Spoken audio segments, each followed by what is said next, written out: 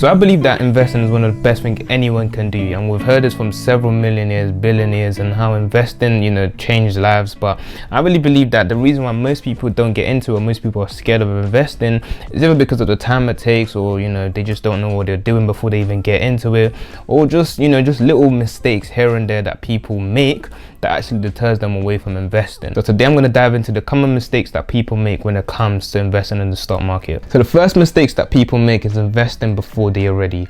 So what does this mean? So this is when you invest in before you paid up your debts, or you invest in before you have your emergencies funds taken care of, when you invest in before you even know exactly what to invest into. So definitely the biggest mistakes of these bunch is just investing when you have debts to pay. The worst thing you can do is start saving money aside when you need to get rid of the money that is charging you even more money, so that way it's causing you to lose more money. There's a saying that the best return you can have on your money is by getting rid of debt. So this is simply because when you have interest 20% or 25%, this is really chunking out a lot of money, and it's only going to keep adding up over and over and over, and the money is just going to keep scaling, and it's just going to become piling up on you. So literally the first thing you have to get rid of is debt start really weighing you down. After this, you can start saving money, so that way that money can now start making you more money to get rid of even more debts, because you're going to be making a lot more to easily pay them off. And let's just assume you don't have that much debts as well to pay. Then another thing you definitely want to do is have some emergency funds taken care of before you start investing your money. So the worst case scenario is when you have to sell your stocks just to cover payment that you can't really pay from your emergency funds. Now this is going to ruin the growth that you've been building up for several years, with the compound interest that you've been piling up, because now you have to sell your stocks, then you're going to try to buy them again at a higher price. So you definitely want to make sure you have emergency funds saved up for at least, if you can, 1 year of your income, or if you can't, then maybe 6 months or 3 months of your income. You want to have that saved up so you can cover any emergencies that can potentially come up. Now the second mistake that people make is just setting unrealistic expectations to the stock market. Some people might feel like the stock market is similar to cryptocurrency or growth stocks, where you can make money that quick.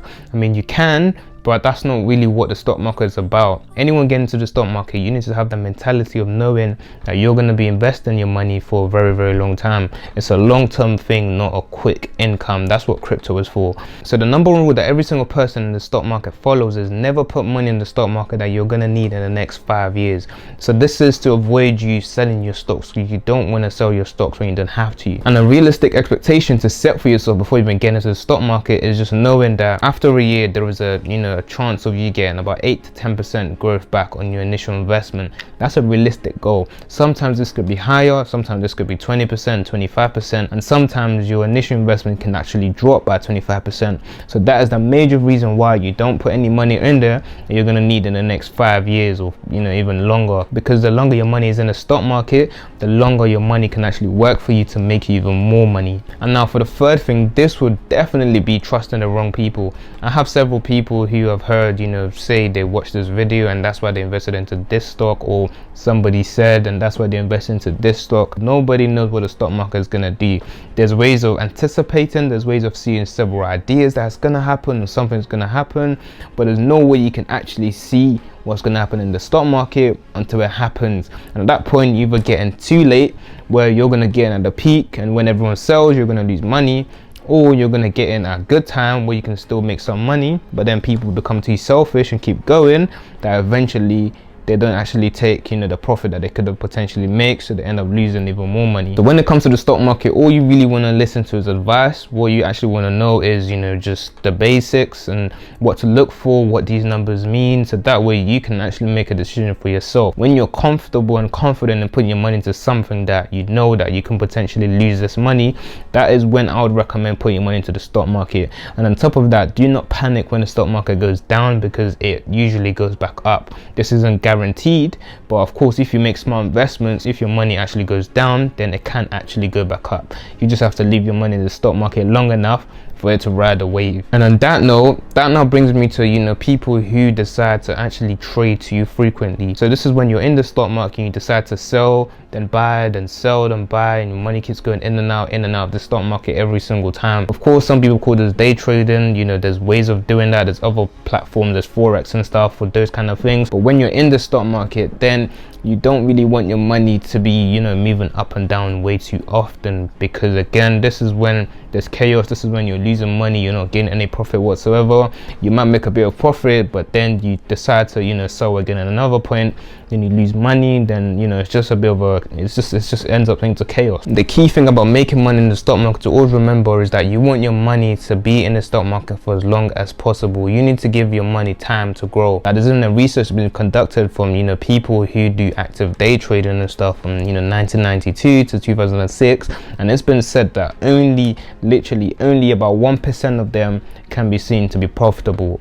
You know, the rest of them are pretty much going to be losing money, or they lost money. So literally, you want to give your money time to grow, and that is the best way you can make money. Now, for the next mistake that people make is putting all your money into one basket. You've heard this saying several times, and this also applies to your portfolio in the stock market.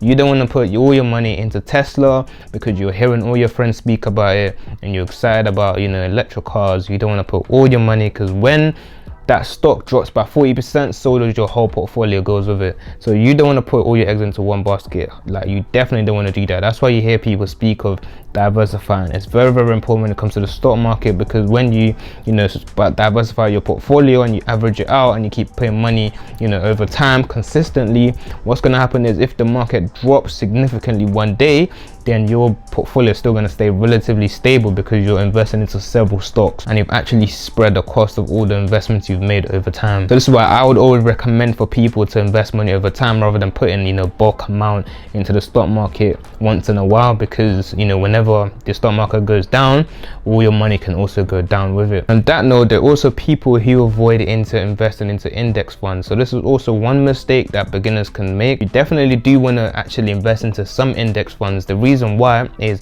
index funds is literally almost as a safety basket. You can put your money into index funds. They are kind of set and stable, so that way you don't lose a ton of money at a time. A perfect example of this would be the S&P 500. You know, these are like the top 500 stocks in the whole of US. When you put your money into this, your money is really diversified, that if 10 of those stocks were to tank, you're still going to be safe. Your money is going to be relatively safe, and you can keep making a steady growth over time. The S&P 500 has literally been growing for several years without even, you know, it's not really shaked or gone down or dipped too much. It's always going up year after year. So this is just a really good example to why you want to invest into index funds, because it just makes your money safe. And of course, with everything I've said so far, you definitely want to do your own research before to invest in the stock market. You know, I'm not a financial advisor, I'm just someone who's giving my opinion. So definitely do conduct your own research before investing into any stocks or doing anything that anyone tells you to do with the stock market. And now for the penultimate one, this would definitely be people buying and selling and holding based on emotions. There's stats for a reason. You know, people look at stats to see trends, to see what's been happening. Of course,